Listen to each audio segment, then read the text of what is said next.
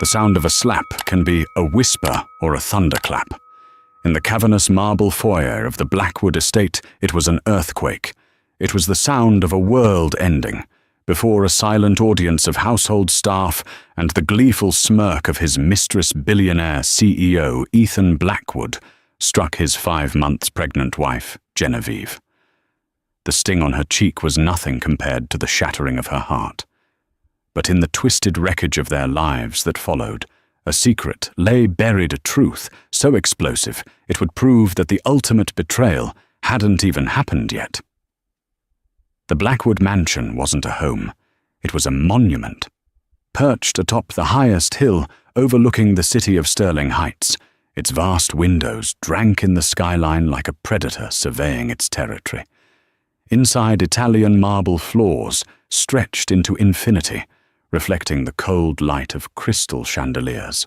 Every surface was polished, every corner dustless, curated by a silent, efficient staff who moved like ghosts through the cavernous halls. It was a perfect house for a perfect couple. From the outside, Ethan and Genevieve Blackwood were the city's royalty. He was the self-made titan of Orion Innovations, a man whose ambition was as sharp and unforgiving as the cut of his custom-tailored suits. She was the architect's daughter, beautiful and poised, the graceful counterpart to his brutalist success. But inside the monument, the silence was a disease. Genevieve stood before the floor-to-ceiling window in their master suite, one hand resting protectively on the gentle swell of her belly. 5 months. 5 months of carrying the child she had prayed would be the bridge over the chasm that had opened between them. Outside, the city lights twinkled a galaxy of lives being lived with warmth and connection she could only dream of. The reflection in the glass showed a woman swathed in a silk robe, her face pale, her eyes holding a deep, resonant loneliness. Ethan was a creature of schedules and acquisitions. He acquired companies' assets, and 10 years ago, a wife. He treated their marriage with the same detached efficiency as a corporate merger. He provided security luxury and a name that opened every door. In return, he expected loyalty perfection, and above all, quiet compliance. Love had been an early-term line item, long since depreciated. Her pregnancy hadn't changed that. When she'd told him, her hands trembling as she held up the positive test, he had looked at it not as a miracle, but as a planned succession. "Good," he'd said, his eyes already on the stock market ticker on his phone. A son, an heir for Orion. He hadn't touched her. He hadn't asked how she felt. He had simply approved the next phase of the Blackwood strategic plan. The evenings were the worst. Ethan would return late, the scent of the city, and a faint, unfamiliar perfume clinging to his clothes.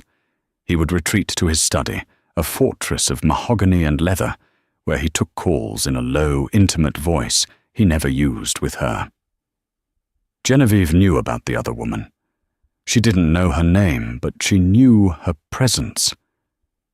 It was in the sudden chill in Ethan's demeanor, the way he flinched from her touch, the cruel, dismissive remarks that had become his primary mode of communication. The woman's name was Victoria Vance. Genevieve didn't know this yet, but she would soon. Victoria was everything Genevieve was not. She was a VP of marketing from a rival firm Ethan was planning to acquire, fiery, ambitious, and utterly ruthless. She saw Ethan not as a husband, but as a prize, and Genevieve as the sole obstacle to be removed. Tonight was their 10th wedding anniversary. A decade, a lifetime. Genevieve had tried to mark the occasion. She'd had the chef prepare his favorite meal-seared scallops with a saffron risotto. She wore a deep emerald gown that complemented her auburn hair and the slight flush of her pregnancy. She'd waited in the vast dining hall where a single elegantly set table for 2 looked like a lifeboat lost in a black marble sea. He arrived at 10 p.m. He didn't even glance at the table. "What is all this?" he asked, his voice sharp with irritation as he loosened his tie. "It's our anniversary, Ethan," she said softly, her voice barely a whisper. He scoffed a dry, humorless sound. "An anniversary. Right. I have an early flight to Tokyo. I don't have time for this theatricality." The word struck her. Theatricality. As if her attempt at connection was a performance designed to annoy him. "I thought we could just have one dinner. For us. For the baby." He finally looked at her, then his gaze sweeping over her body with a clinical detachment. "The baby is fine. It's getting the best of everything. It doesn't need a sentimental dinner." He turned to leave, heading for his study. "She called you tonight, didn't she?" The words slipped out before Genevieve could stop them, born of a decade of repressed pain. Ethan froze his back, ramrod straight. He turned slowly, his face a mask of cold fury. "What did you say? The reason you're late? The reason you can't even look at me? It's her, isn't it?" Tears pricked her eyes, hot and shameful. "Whoever she is." He walked towards her, his steps deliberate and menacing. He stopped just inches away, forcing her to crane her neck to look up at his towering frame. "My business is my business, Genevieve. Your role is to manage this house and carry my son. Do you understand? Do not delude yourself into thinking you have a say in any other aspect of my life." The cruelty of his words was a physical blow. She flinched, a hand flying to her stomach, as if to shield the innocent life within from his venom. "He's my son, too," she whispered, her voice cracking. "He is a Blackwood," Ethan corrected her, his voice dropping to a glacial whisper. "And you would do well to remember the privilege and the precarity of the position you hold because of him." He turned and walked away, leaving her alone in the cavernous dining room with the untouched food growing cold on the table. The silence rushed back in, heavier and more suffocating than before. As Genevieve stood there, a single tear tracing a path down her cheek, she felt the first real flutter of her baby's movement. It was a tiny, insistent kick against her palm. It wasn't a comfort. It felt like a desperate plea, a tiny prisoner rattling the bars of their shared, gilded cage. She knew then, with a chilling certainty, that this life of silent suffering could not continue. A storm was coming, and she was standing directly in its path. The annual Orion Innovations Foundation Gala was the pinnacle of Sterling Heights' social calendar. It was a night of performative philanthropy, where the city's elite gathered to write checks, sip champagne, and size each other up under the light of colossal chandeliers. For Genevieve, it was an ordeal. It was the night she had to play her part, most convincingly, the adoring, perfect wife to the city's most powerful man. This year, the dread was a physical weight in her stomach. Ethan had barely spoken to her in the week since their anniversary, his presence in the house a cold, oppressive fog. He had instructed his assistant to procure a gown for her, a stunning, silver-beaded creation that clung to her changing body. It felt less like a gift and more like a costume for the role he expected her to play. As they stepped out of the black town car, flashes from paparazzi cameras exploded like fireworks. Ethan's hand was a vice on the small of her back, not guiding her, but propelling her forward. He smiled for the cameras, a flash of white teeth in a predator's grin. She mirrored his smile, a fragile, hollow thing. Inside the ballroom was a swirling vortex of couture and influence. People flocked to Ethan, moths to a billion-dollar flame. Genevieve stood by his side, a silent, smiling accessory. She saw Nathan Reed, Ethan's TOO and closest friend, across the room. He caught her eye and gave her a small, sympathetic smile. Nathan was the only one in their circle who seemed to see the cracks in the facade. He often engaged her in genuine conversation, asking about her well-being, with a kindness that felt like a foreign language compared to Ethan's curt directives. "Genevieve, you look radiant," Nathan said, approaching them during a lull. "Motherhood suits you." "Thank you, Nathan," she said, her smile for him, feeling a little more real. Ethan clapped Nathan on the shoulder, his grip possessive. "We're ensuring the Blackwood legacy, aren't we, old friend? Now, if you'll excuse us, I need to have a word with the mayor." He steered Genevieve away without a backward glance. The evening wore on a blur of meaningless conversations and fake laughter. Genevieve felt a growing unease. Ethan was distracted, his eyes constantly scanning the crowd, his jaw tight. He was looking for someone. Her blood ran cold. She's here, she thought. He brought her here. And then she saw her. Standing near the grand staircase was a woman of sharp angles and sharper ambition. She wore a crimson dress that was both elegant and audacious, a slash of colour in a sea of muted tones. Her raven hair was cut in a severe modern bob, and her eyes were locked on Ethan with an intensity that was both a challenge and a promise.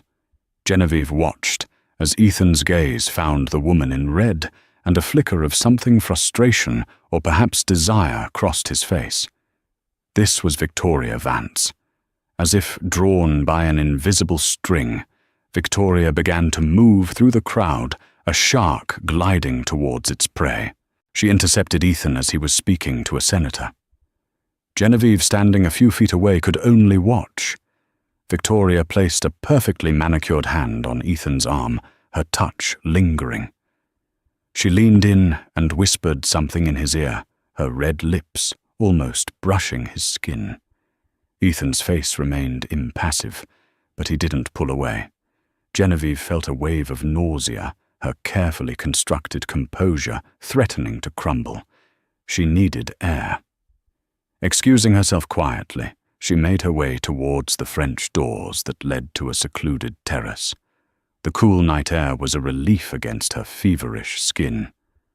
She leaned against the stone balustrade, closing her eyes and breathing deeply, trying to calm the frantic kicking in her womb. "It's a pathetic sight, you know." The voice, sharp and laced with condescending pity, came from behind her. Genevieve turned. Victoria Vance stood in the doorway, a champagne flute held delicately in her hand.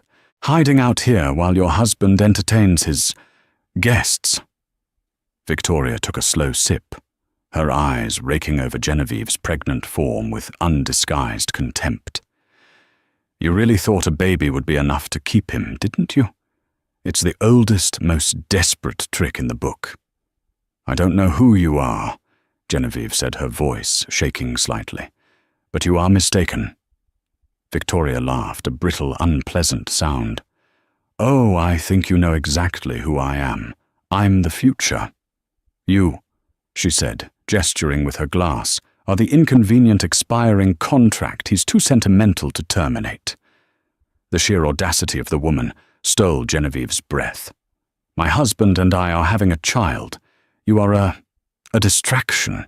You mean nothing." "Nothing?" Victoria's smile widened. "Is that what he tells you in that cold, empty bed of yours? He tells me everything, Genevieve. He tells me how you trap him, how your weakness suffocates him. He comes to me to breathe." Each word was a poisoned dart. Genevieve felt her control snapping. "Get away from me," she hissed. "Or what you'll cry, you'll run to him. He doesn't want you. He wants a partner, an equal. Not a fragile, pregnant liability." Victoria stepped closer, her voice dropping to a conspiratorial whisper. "He's only with you now out of some misplaced sense of duty. But duty fades, and I am very, very patient."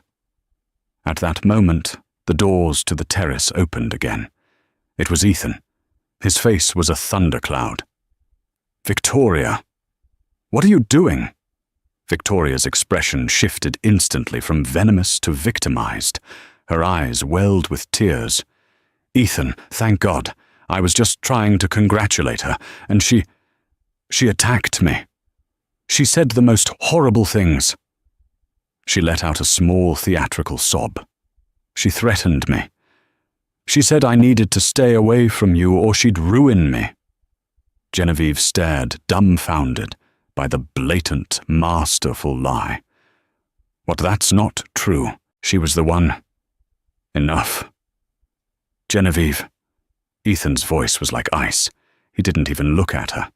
His eyes were fixed on Victoria's deceptively fragile face. "Ethan, you have to listen to me," Genevieve pleaded, stepping forward and reaching for his arm. "She's lying. She came out here and—" "I said enough!" he roared, turning on her with a ferocity that made her recoil. His face was contorted with a rage she had never seen before. "Must you cause a scene everywhere we go? Can you not for one night conduct yourself with some dignity?" "She is the one causing a scene," Genevieve cried, her voice rising with desperation. "She's trying to destroy our marriage. You're the one destroying it." Ethan yelled, his voice echoing on the terrace. He took a menacing step toward her. "With your constant neediness, your emotional games, your weakness, that's not fair." She sobbed, tears now streaming down her face. "I am carrying your child." Victoria, seeing her opening, let out another small, pained gasp from behind him. "Ethan, please, let's just go. Don't let her upset you." That was the final push, Ethan's mind poisoned by Victoria's whispers, and his own deep-seated resentment snapped. He saw Genevieve not as his pregnant wife, but as the source of all his frustration. He saw Victoria as the sleek, uncomplicated future he craved. In that moment of pure, unadulterated fury, he raised his hand. The slap was shockingly loud in the sudden silence. It whipped Genevieve's head to the side, the force of it sending her stumbling backward. A collective gasp came from several guests who had been drawn to the doorway by the shouting. Time seemed to stop. The city lights blurred through her tear-filled eyes. The sting on her cheek was a wildfire, but the pain in her soul was an Arctic freeze. She brought a trembling hand to her face, her stunned gaze finding his. Ethan's face was a mixture of shock and fury. For a split second, a flicker of regret, of horror at his own action crossed his features.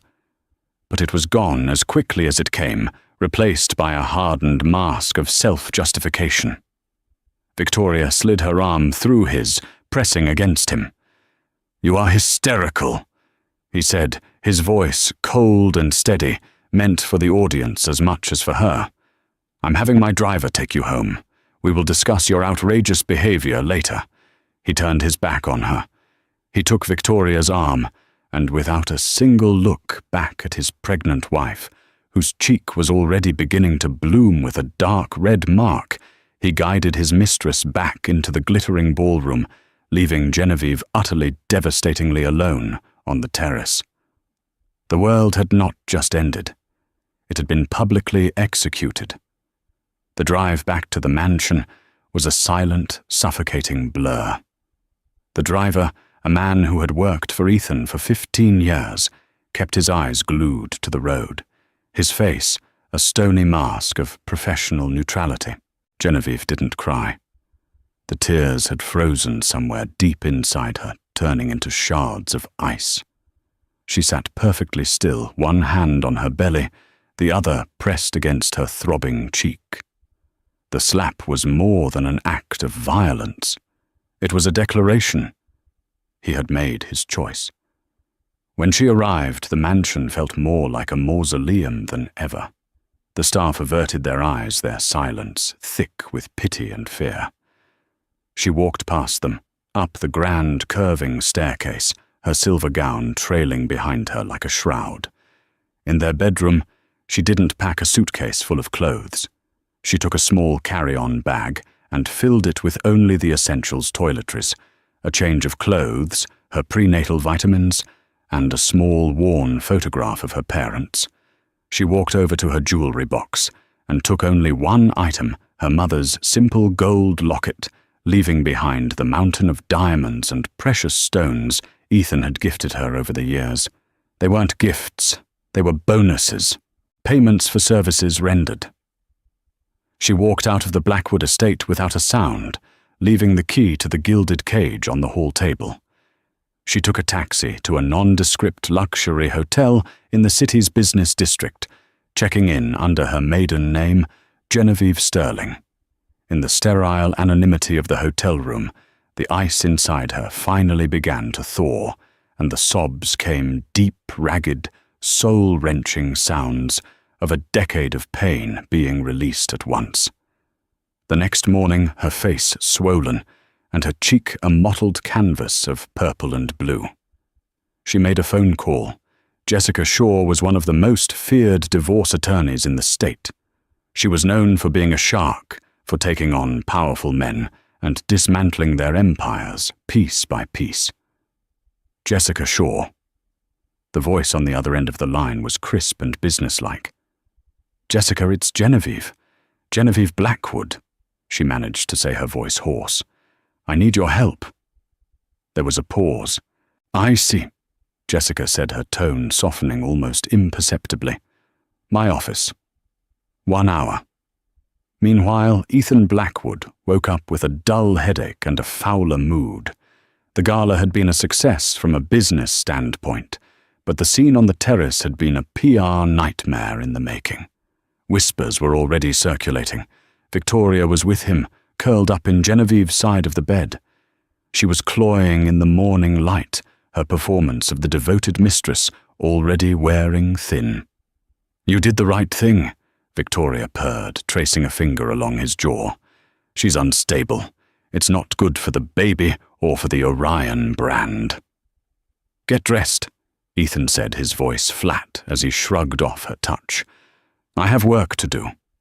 He was annoyed at Genevieve for her emotionalism, annoyed at Victoria for her theatrics, but mostly annoyed at the messiness of it all.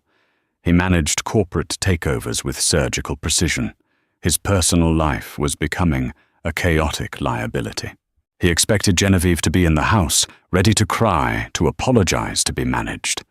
When he found she was gone, a flicker of surprise was quickly replaced by irritation. He assumed it was another dramatic gesture, another bid for attention.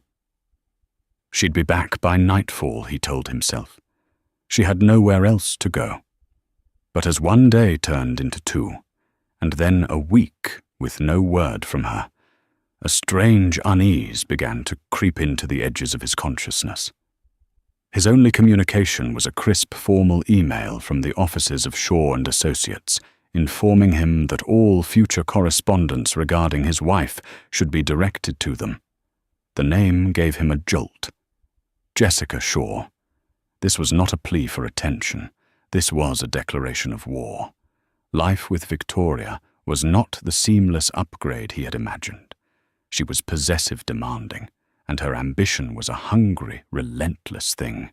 She moved her things into the mansion with unseemly haste, her presence a garish splash of color against the cool, elegant austerity Genevieve had cultivated.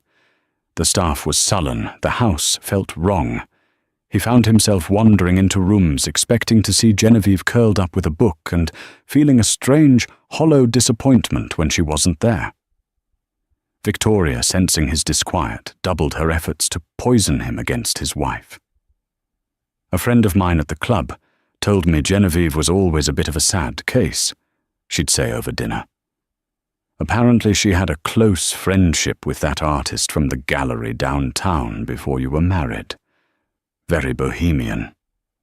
Or, "It's so strange that she left without a word. It's almost like she had a plan. People who have nothing to hide don't hire Jessica Shaw." The seeds of doubt once planted began to take root in the fertile ground of Ethan's arrogance and suspicion. He had always seen Genevieve as fragile and dependent, but her sudden strength and silence were unnerving. What if Victoria was right? What if there was more to Genevieve's quiet sadness than he had ever bothered to understand? The final catalyst came from an unexpected source. He hired a private investigator, a discreet professional named Peterson, tasking him with a simple job: find out where Genevieve was staying and what her strategy was. He wanted to be ahead of Jessica Shaw's game. A week later, Peterson delivered his report. It contained the hotel information financial records showing Genevieve was using a personal trust fund her father had left her, and details of her meetings with Jessica. But there was one other thing, an anomaly Peterson had included in a footnote. Mrs. Blackwood made a single brief visit to St. Jude's Medical Center 2 days ago. The report read, "Not to the obstetrics wing, but to the paternity and genetics lab. She was there for less than 30 minutes. Ethan stared at the words, his blood turning to ice water in his veins. The paternity lab. Why would she go there? The question was a spark in a powder keg. His mind, already primed by Victoria's insidious whispers, began to race.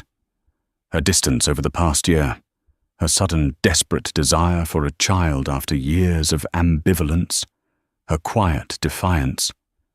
Was it possible? Could the ultimate symbol of his legacy, the heir he had already factored into his dynastic plans, not be his? The thought was a profound personal insult, an attack on his very essence. His pride, far more vast and vulnerable than his fortune, was wounded. He looked at the name of the lab again. St. Jude's. It would be a simple matter for a man of his resources to get access to their records. He wouldn't even need a court order. A significant donation to the hospital's new wing would suffice. He had to know. He dismissed Victoria's calls for attention, that evening locking himself in his study. The silence of the house pressed in on him. For the first time, he didn't feel powerful. He felt a cold, creeping dread. He had struck his wife, driven her away, and installed his mistress in her place, all under the assumption that he was the aggrieved party, the one being manipulated. But as he made the call that would set the wheels in motion, a terrifying new possibility began to form in his mind. What if he wasn't the king in this chess game? What if he was just the pawn? The truth was coming, and he had a sickening feeling that it would unravel not just his marriage, but his entire carefully constructed world. The wait for the information was agonizing. For 3 days, Ethan Blackwood, a man who controlled markets and commanded armies of employees with a single word, was rendered powerless. He was short-tempered with his staff, dismissive of Victoria, and unable to focus on the billion-dollar deals waiting for his approval. He found himself staring at the pristine, empty nursery that Genevieve had been decorating a room of soft yellows and gentle whites, and felt a confusing mix of fury and a strange, unidentifiable loss. The encrypted email arrived on a Tuesday afternoon. The subject line was blank. Ethan's hands trembled slightly as he clicked it open. It contained a single password-protected PDF. He typed in the code Peterson had given him, and the file opened. It was a copy of a prenatal paternity test report from St. Jude's Medical Center. His eyes scanned past the medical jargon, the locus markers, and the allele sizes, searching for the conclusion. And then he saw it. At the bottom of the page, in stark, clinical black and white, was the summary. Alleged father Ethan R. Blackwood. Probability of paternity 0%. The 2 characters 0 and the percentage sign seemed to leap off the screen. 0. The word echoed in the vast emptiness of his study. 0. It was a perfect, absolute, and brutal negation of everything he had believed. The child his heir, the future of the Blackwood name, was not his. A primal roar of rage tore from his throat. He swept his arm across his mahogany desk, sending his laptop, papers, and a crystal glass crashing to the floor. The sound of shattering glass was nothing compared to the implosion of his world. The betrayal was so profound, so complete, that it momentarily paralyzed him. Every memory of the past year was instantly recontextualized. Genevieve's sadness wasn't loneliness, it was guilt. Her desire for a child wasn't a longing for family, it was a calculated, deceitful trap. The slap, the public humiliation, in his twisted, wounded mind, he felt instantly justified. He hadn't been a monster. He had been a fool, the victim. He had to see her. He had to confront her with this ultimate treachery. He drove himself breaking every speed limit as he tore through the city streets towards her hotel. He didn't call. He didn't warn her. He stormed through the lobby, ignoring the concierge's protests, and took the elevator to her floor. He pounded on the door of her suite, the sound echoing down the quiet hallway. Genevieve opened the door, her face pale. The bruise on her cheek had faded to a sickly yellow-green. She was wearing simple leggings and a soft sweater, and for a moment she just looked like a tired, pregnant woman. "Ethan." She breathed, her eyes wide with shock. "What are you doing here?" He pushed past her into the room, his presence sucking all the air out of it. He was vibrating with a barely controlled fury. "Don't you Ethan me," he snarled, turning to face her. "Don't you dare stand there and look at me with those innocent eyes." "What are you talking about?" she asked, her hand instinctively going to her belly. "This," he roared, thrusting his phone into her face, the damning report glowing on the screen. 0% Genevieve. "That's what I am to this child you're carrying. 0. Genevieve flinched back, her eyes falling on the screen. Her face, already pale, turned ashen. She didn't feign surprise. She didn't deny it. A look of profound, heartbreaking sadness washed over her. The fight seemed to drain out of her, replaced by a weary resignation. She closed her eyes and took a shuddering breath. "How could you?" he demanded, his voice a low, dangerous growl. He began to pace the room like a caged tiger. "How could you do this to me? To my name? You lived in my house, spent my money, all while carrying another man's bastard child. Don't call him that," she whispered, her voice finding a sliver of steel. "Don't call him what a bastard." He laughed, a horrifying, joyless sound. "That's what he is. And what does that make you, Genevieve, tell me? What kind of woman does this?" Finally she looked up, and for the first time since he'd known her, he saw no fear in her eyes. Only a deep, consuming sorrow. The kind of woman whose husband hasn't touched her in over a year. She said, her voice quiet but clear. The kind of woman who eats every meal alone in a house the size of a museum.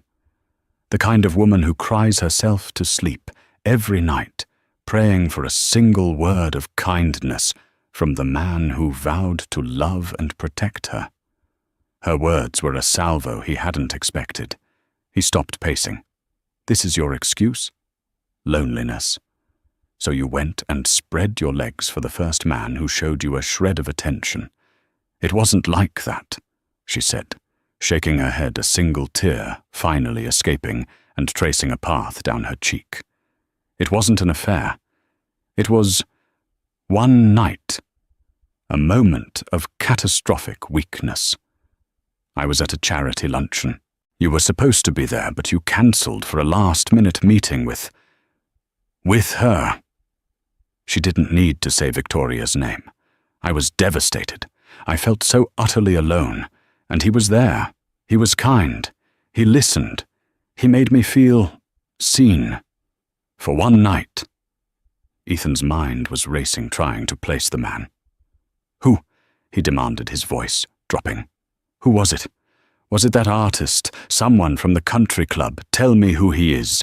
Genevieve, I will destroy him." Genevieve looked at him, her expression a mixture of pity and pain. "You already know him, Ethan. You trust him. You value him more than anyone else in your life. A cold dread entirely different from the rage he'd been feeling began to seep into his bones. He thought of his inner circle, a small, tightly controlled group. There was only one person who fit that description. Only one person who had been consistently kind to Genevieve. Only one person who had been at that charity luncheon with her, filling in for him. His blood ran cold. No.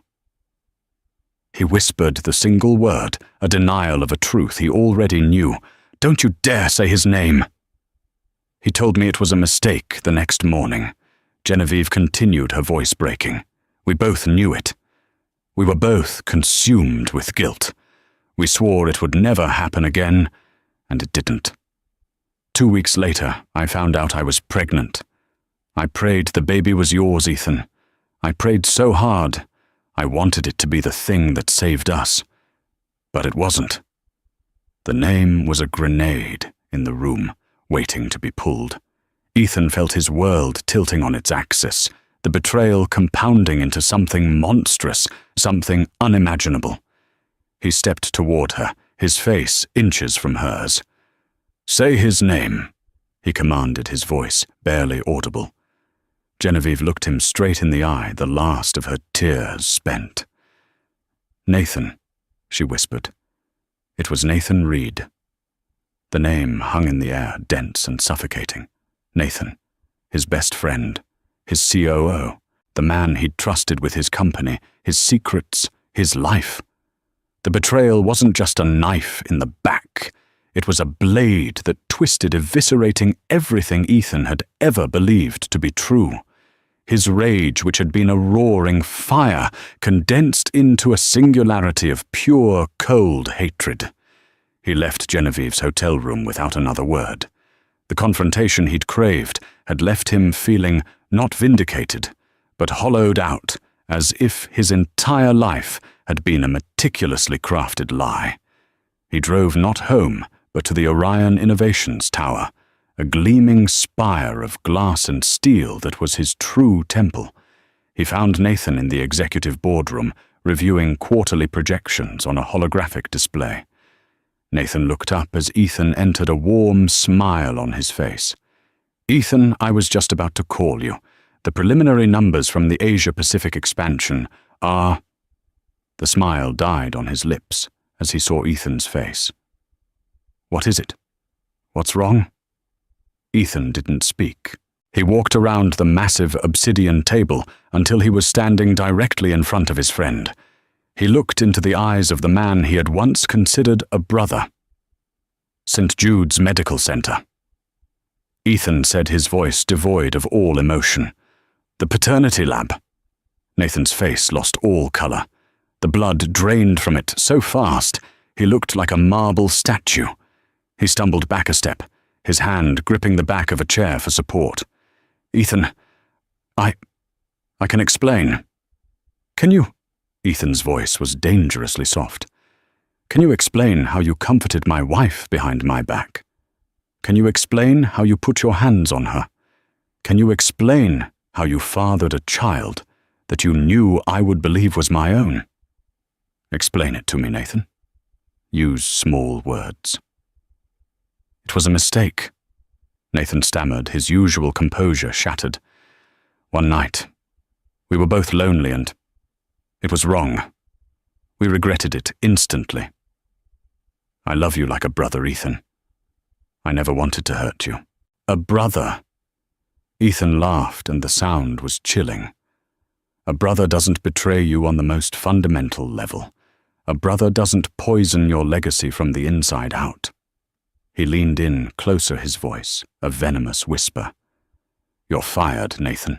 Your shares will be seized under the moral turpitude clause in your contract. Your security access is revoked as of this second. I want you out of this building in the next 10 minutes. If I ever see your face again, I will use every dollar I have to ruin you so completely that your own children won't want your name. Security guards summoned silently via Ethan's watch entered the room. They flanked a stunned and broken Nathan. "Ethan, please," Nathan begged, his voice cracking. "Don't do this." "Get him out of my sight," Ethan commanded, turning his back on the man who had been his friend. He stood alone in the boardroom, the city lights spreading out beneath him. He had cut out the first cancer. But the sickness remained. The pieces didn't quite fit. Genevieve's story, her raw pain, had felt true. It didn't align with the picture of a cold, calculating adulteress, and Victoria's convenient victimhood at the gala. A seed of doubt planted days ago began to sprout.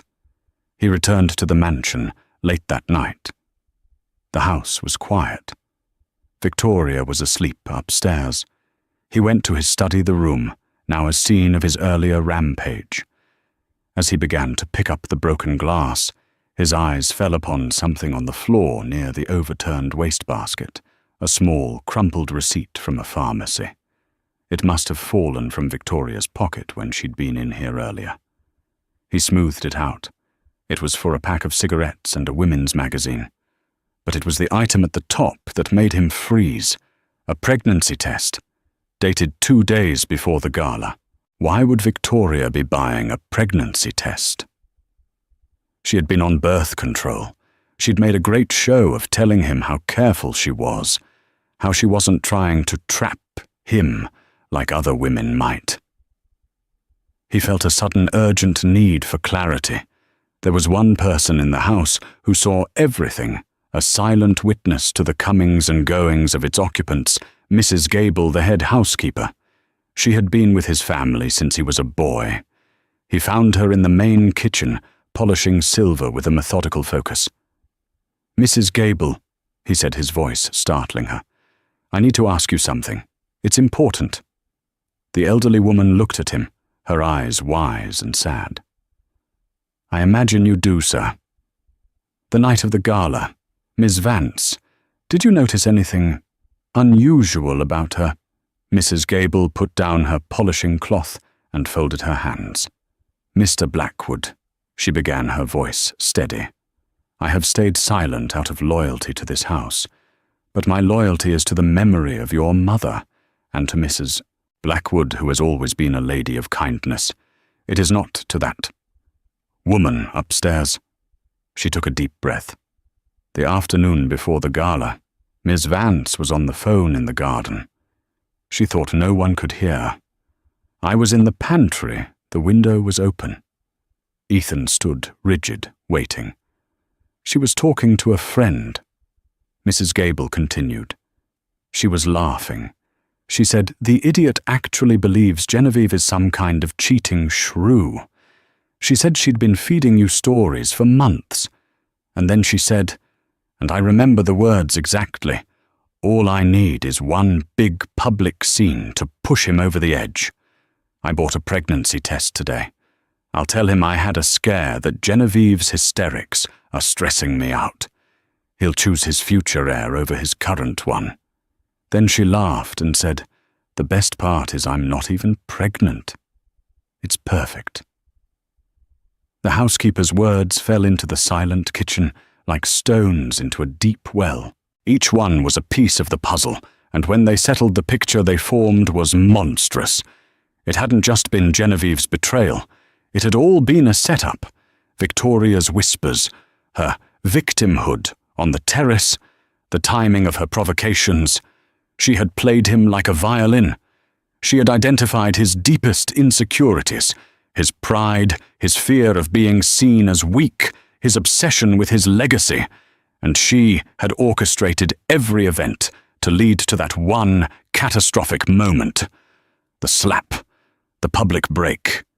He was the fool, not just for being cheated on, but for being so thoroughly and completely manipulated by a woman he'd mistaken for an ally. He had destroyed his marriage, his oldest friendship, and his own peace of mind, all while dancing on Victoria Vance's strings. He thanked Mrs. Gable, his voice a hoarse whisper. He walked out of the kitchen and up the grand staircase, his steps heavy with the weight of his own monumental stupidity. He pushed open the door to the master suite. Victoria was awake, sitting up in bed, a triumphant smile on her face. "I got rid of Nathan," he said, his voice flat. Her smile widened. "I knew you would. He was always on her side. Now, with both of them gone, we can finally—" "I also know about the pregnancy test, Victoria," he said, his voice cutting through her words like a shard of glass.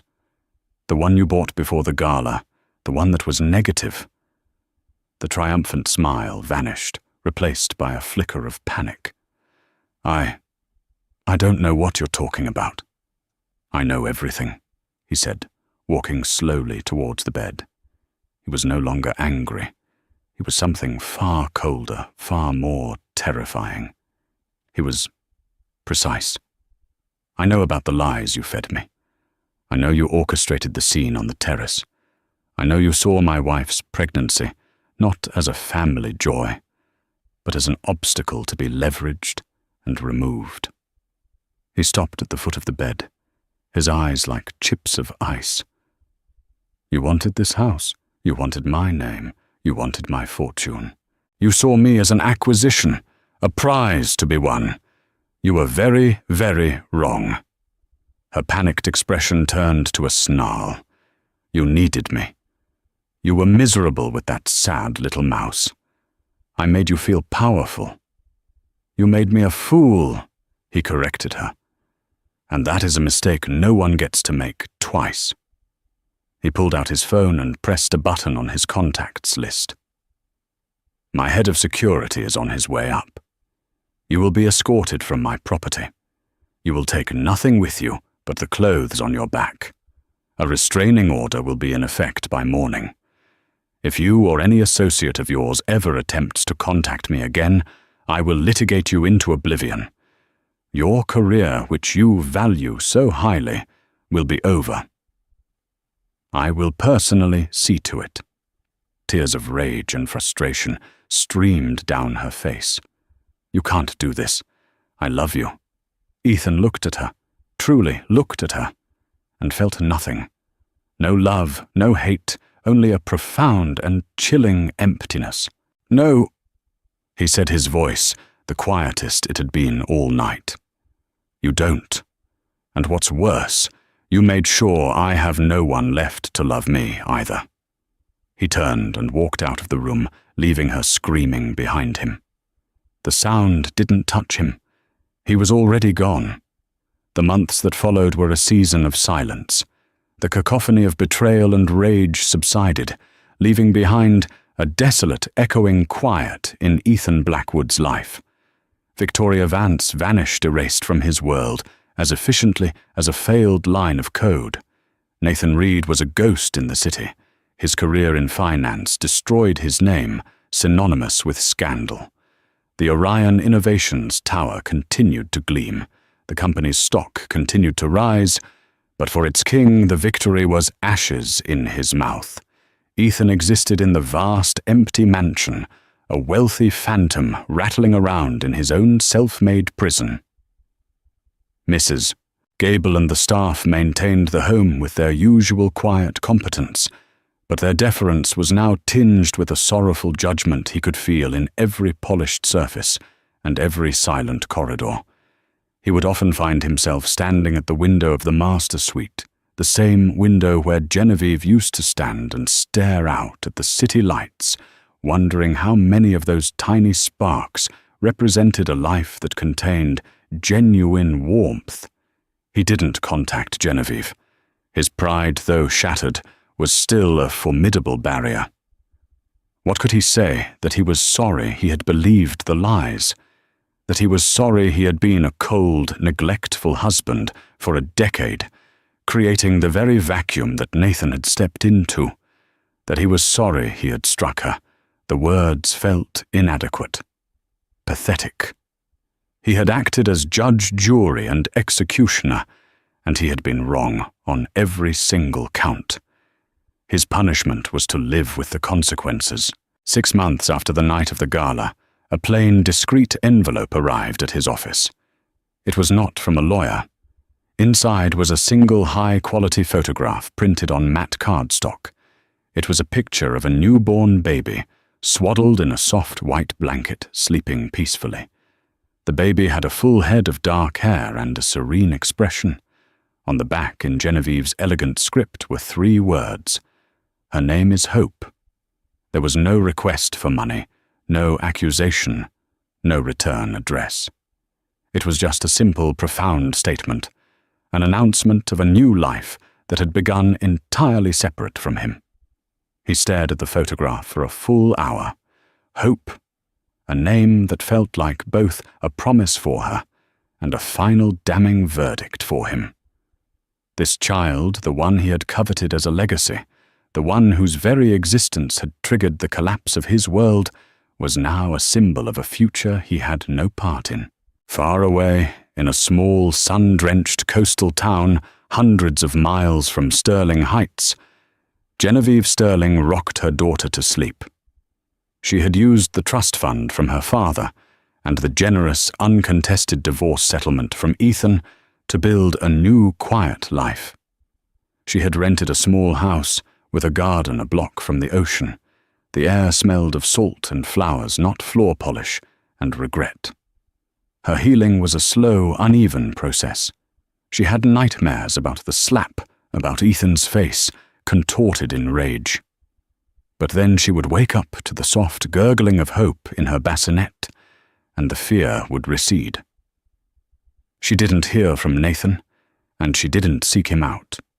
Their moment of connection had been born of mutual loneliness and despair, and it had resulted in a miracle and a catastrophe.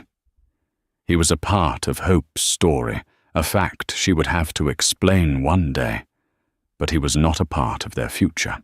Her future was about peace, strength, and the fierce, all-consuming love she felt for her daughter. She was no longer Genevieve Blackwood, the CEO's wife. She was Genevieve Sterling Hope's mother, and for the first time in over a decade, she felt free. Back in his sterile office, Ethan slid the photograph back into its envelope. He did not throw it away. He placed it in the top drawer of his desk, beneath quarterly reports and acquisition plans. It would remain there, a tangible reminder of his failure. He had built an empire of wealth and power, but he had failed at the one thing that truly mattered. He had mistaken control for connection, possession, for love and legacy, for a living, breathing family. He was Ethan Blackwood, the millionaire CEO, the master of his universe, and he was utterly, completely, and irrevocably alone. The silence in his gilded cage was no longer a disease. It was his life sentence. And so the story of Ethan and Genevieve comes to a close. It's a chilling reminder that the brightest fortunes can cast the darkest shadows. Was Ethan a villain, or a man blinded by his own arrogance and manipulated by those he trusted? Was Genevieve's betrayal justified by a decade of neglect, or was it an unforgivable breach of trust? And what about Nathan and Victoria, the catalysts who lit the final match? This story is a tangled web of human failing, where pride costs more than money, and the truth comes at a devastating price. What do you think? Who was the most wrong in this story? Could any of them have been redeemed? Let me know your thoughts in the comments below. I read every single one. If this story of betrayal, lies, and consequence moved, you please smash that like button and share it with someone who loves a dramatic tale. And of course, don't forget to subscribe and hit the notification bell so you don't miss our next real-life drama. Thank you for listening.